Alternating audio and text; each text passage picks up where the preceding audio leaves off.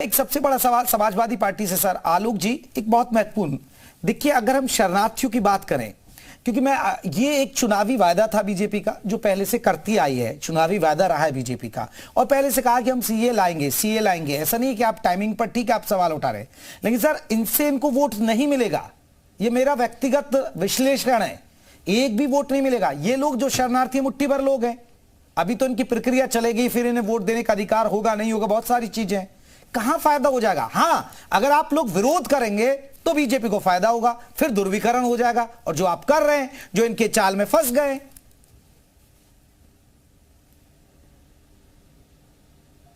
आलोक जी, आलोक त्रिपाठी जी, आपसे था मेरा सवाल। ये मैं एक बात और आपको कह दूं, हाँ, मैं आपको एक बात और बता दूं, समाजवादी पार्टी ने कोई विरोध किया नहीं। समाजवादी पार्टी के आदरणीय राष्ट्रीय अध्यक्ष श्री अखिलेश यादव जी ने एक ही चीज कही कि जब हिंदुस्तान का नागरिक अपने वजूद को बचाने के लिए, अपने व्यापार को बचाने के लिए, अपने परिवार को पालने के लिए दर दर भटक रहा हो, दूसरे देशों में जा रहा हो, दूसरे देशों में इस तरीके से भेजा जा रहा है कि यूक्रेन से लड़ने के लिए रूस के लोगों की फौज में यहाँ से फेक तरीके से ले जा करके वहाँ की आर्मी में भर्ती किया जा रहा है।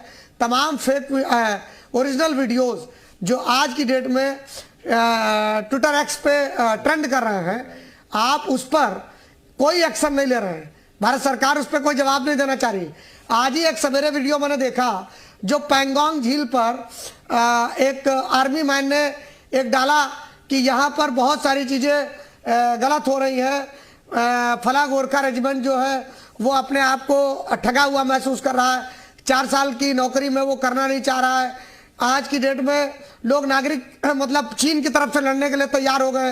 हिंदुस्तान के बड़े चिंताजनक वीडियोज आ रहे हैं, और भारतीय जनता पार्टी ने एक बड़ा तरीका अच्छा अपनाया हुआ है।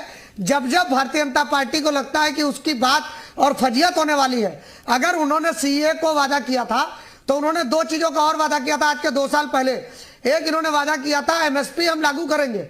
आज किसान फिर से बॉर्डर पे बैठा है, लेकिन एमएसपी लागू नहीं किया।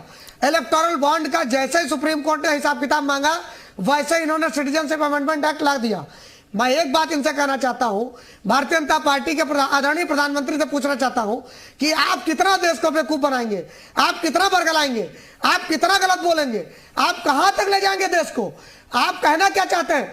आपने 2 करोड़ नौकरी देने का वादा किया था, आप उस पर चर्चा नहीं करना चाहते। आप महिलाओं को सुरक्षा देने का वादा किया था, ठीक है, कौशल आप उस पर चर्चा नहीं करना चाहते। और शशिकांत से एक बात और पूछ रहा हूं कि आप नागरिकता की बात कर रहे हैं। अरे भाई, जो नागरिक है उसको पहले रोजी रोटी तो दे दीजिए।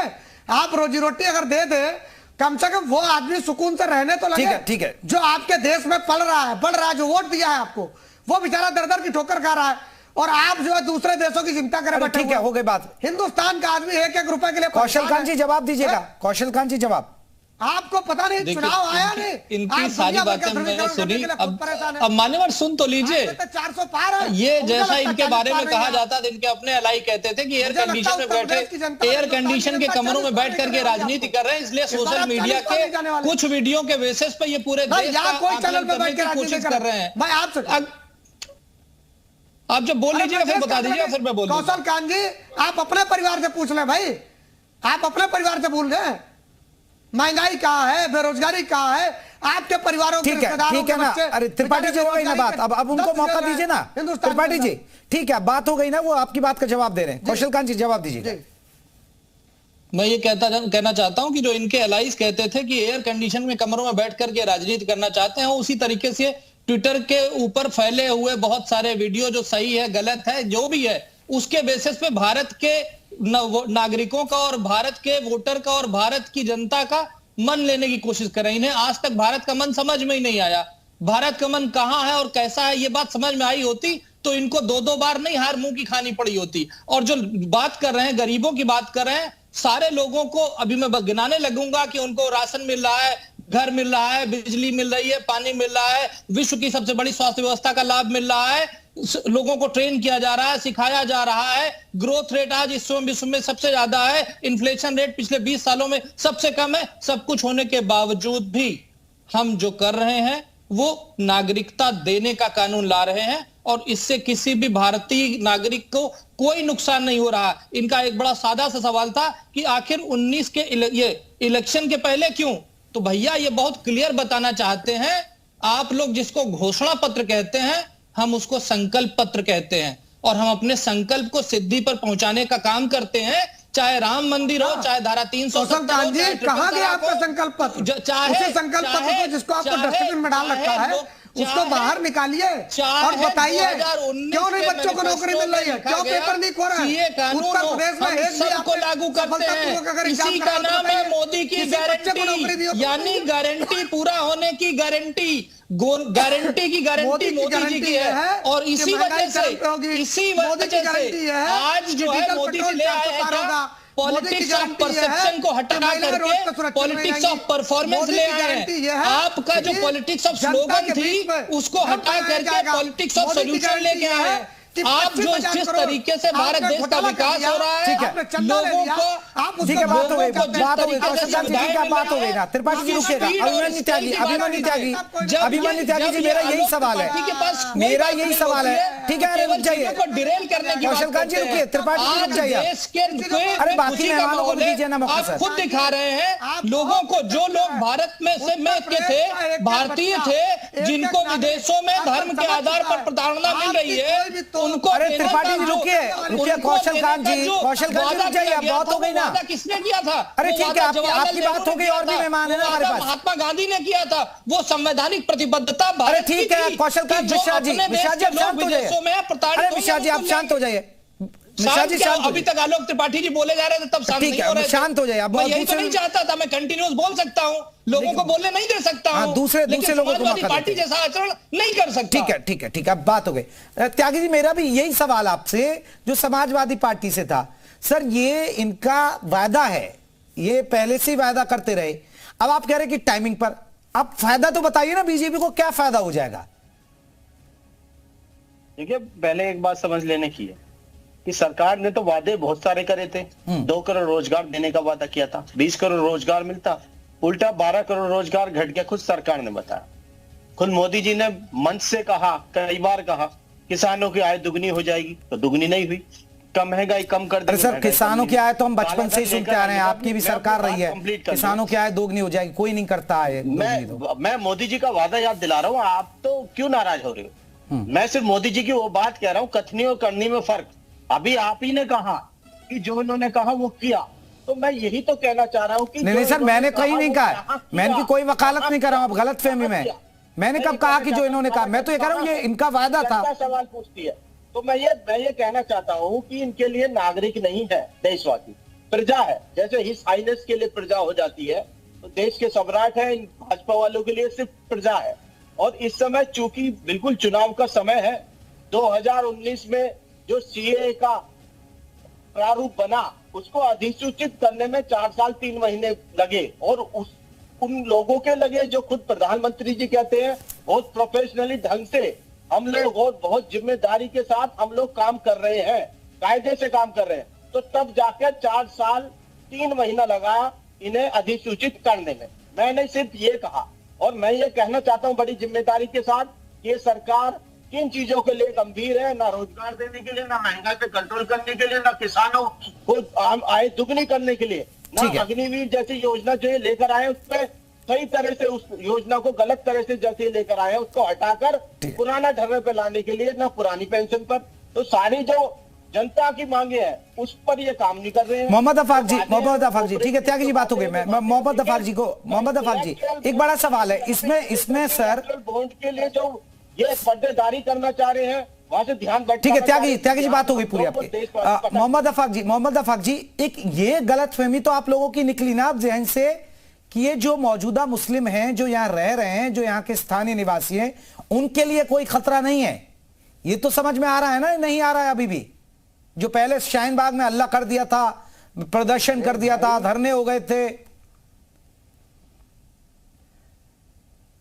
तो आप ये बताइए कि एक जो आपने आसाम के तर्ज पे ये कहा गया कि यहां भी एनआरसी लागू होगा, लोगों को डिटेन, आप ये बताइए कि जो बांग्लादेश, पाकिस्तान, अफगानिस्तान के शरणार्थी को आप यहाँ सुरक्षा दे रहे हैं, आप यहाँ पे नागरिकता दे रहे हैं, आप उनसे कहिए कि बांग्लादेश पाकिस्तान को वहां से खदेड़ दिया जाएगा। आप उनका माल छीन के, उनकी धनदंती लेके उनको डिटेंशन सेंटर में डाल देंगे, उनके परिवार वालों को परेशान कर देंगे, ये कौन सा कानून है? ये डिटेंशन सेंटर अरे किसको सर, किसको कहां डाल रहे हैं ये बताइए ना। होता है आप उनकी आजादी छीन लेंगे? नहीं मोहम्मद आफाक साहब, किसको जेल में डाल रहे हैं ये बताइए ना। अभी एनआरसी की तो कोई बात ही नहीं हो रही है ना। आसाम में क्या हुआ आप बताइए। जो बात उनके देखिए वचन पत्र के नहीं कौशल कांत जी एक भ्रम तो है ना, कौशल कांत जी एक भ्रम तो है कि देखिए सीए के बाद एनआरसी तो नहीं।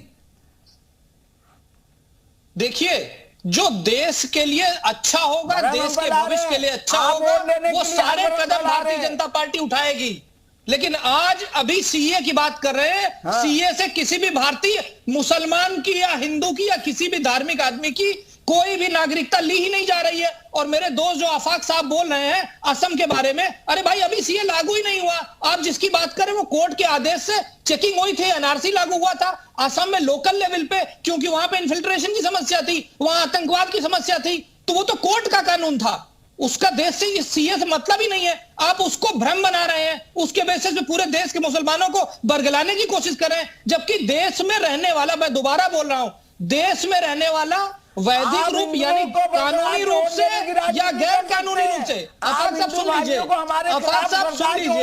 आफाक साहब सुन लीजिए, देश में आज भी कोई गैर कानूनी रूप से रह रहा है तो वो सीए के बेसिस पे बाहर नहीं हो सकता, क्योंकि ये किसी की कानून से निकालने का तो कानून ही नहीं है, ये नागरिकता देने का कानून है। इससे बाहर के लोग केवल अंदर आ सकते हैं, बाहर निकालने के लिए दुनिया में और बहुत सारे कानून है। हमारे यहाँ पासपोर्ट एक्ट है और दूसरा नागरिकता का कानून है, उसके तहत बात की जाएगी। सीए में किसी की नागरिकता छीनी नहीं जा रही है, किसी को देश से बाहर नहीं निकाला जा रहा है, किसी को डिटेंशन सेंटर में नहीं डाला जा रहा है। आप मिसलीड हुए हैं, आपको गलत इंफॉर्मेशन दी गई है, आप लोगों को भ्रमित किया जा रहा है। मोहम्मद जो सरकार आप बहुत जो प्रवक्ता हैं, आप बताइए, मोहम्मद आफाक साहब एक बड़ा सवाल है। अरे ठीक है कौशल कांत जी रुकिए। मोहम्मद आफाक साहब मेरा एक सवाल आपसे, अब जब कोई बात आती है जिस तरह आपने असम का जिक्र किया, लेकिन बहुत सारे रोहिंग्या मुसलमान हैं जो संदिग्ध गतिविधियों में हैं, जो आतंकी गतिविधियों में भी पाए गए हैं। अगर जांच हो रही तो हो जान दीजिए ना, क्या है? अगर एनआरसी लागू हो जाए उनके लिए तो क्या है? कोई आतंकवादी हो, नहीं रोहिंग्या मुसलमानों का आपने भी देखा होगा, ये सब शरणार्थी तो है ना। हमारा उससे कोई लेना देना नहीं, देशद्रोही कोई हो हमें उससे कोई लेना देना नहीं। बहरहाल जो आपका करनी और कतरी में नजर आ रहा है कि एक समुदाय के खिलाफ सिर्फ और सिर्फ नफरत की राजनीति हो रही है, उस पे हम बाबा संदेह में होता है। इस कानून में कौन सा ऐसा क्लॉज है जहां पर मुस्लिम नाम लिखा हो? इस पूरे कानून में जब आप पढ़ेंगे तो मुसलमान का नाम ही नहीं लिखा हुआ है। आप किसकी बात कर रहे हैं? इस पूरे कानून के प्रारूप में कहीं पर मुस्लिम लिखा ही नहीं हुआ है। नहीं कह रहे हैं कि आप नागरिकता ना दिए, बिल्कुल दिए, हमारे भाई बहनों को नागरिकता दिए और नागरिकता दिए। फिर समस्या क्या है? शिक्षा स्वास्थ्य आपने इतना 2014 से सारे वचन पत्र पूरे कर दिए हैं, आप नागरिकता दे के भी हमारे भाई बहनों को वचन पत्र पूरा कर दिए। हम कब मना कर रहे हैं आपको? तो फिर प्रॉब्लम क्या है? वोट की राजनीति बंद करिए, काम करिए, जमीन पे काम करिए। अरे भाई लाभार्थी योजनाओं में 35% मुस्लिमों को बेनिफिट मिला है, 35% जो मकान बना के दिए गए हैं, 35% जो गैस का कनेक्शन दिया गया है, 35% जो नल से जल की योजना दी गई है, लोगों के लिए सड़क आई है, लोगों के लिए उद्योग आया है, लोगों की इन्फ्लेशन कम हुआ है, लोगों को रोजगार मिल रहा है, लोगों को जो बहुत सारे बेनिफिट्स मिल रहे हैं, लाभार्थी योजना में। यही मोहम्मद आफाक साहब, यही 35% मुसलमान है। अब जो योजना मिल रही है उस पर नहीं कहेंगे आप? सिलेंडर नहीं, योजनाओं की हामी नहीं भरोगे आप? इसके बारे में बताइए। नहीं आफाक साहब, अब आपको योजना मिल रही है उस पर कुछ नहीं कहेंगे? वो तो आंकड़े के जरिए बता रहे हैं पूरा। अरे योजना मिल रही है तो इस देश के अंदर हमने भी तो तरक्की खुशहाली के लिए कुर्बानियां हाँ, दी तो हैं। सर कौन नकार रहा है हमारे उसको? हिंदू भाइयों को भी तो मिल रहा है, कोई हम पे एहसान हो रहा है क्या? चलिए। हमको कोई अलग से बताइए, मिल रहा है? चलिए सीए लागू हो गया, अब सियासत चालू हो गई है। हालांकि बीजेपी को अगर हम व्यक्तिगत तौर पर देखें कोई फायदा होता नहीं दिख रहा है, लेकिन विपक्ष विरोध करेगा तो फायदा होगा। चलिए बहुत बहुत शुक्रिया आप सभी मेहमानों का हमारे साथ चर्चा करने में जुड़े आप लोग सभी। सीए लागू हो गई, सियासत चालू, और देश की आज की ये बड़ी खबर है। आप देखिए कई दिन तक इस पर सियासत चालू ही रहेगी। इस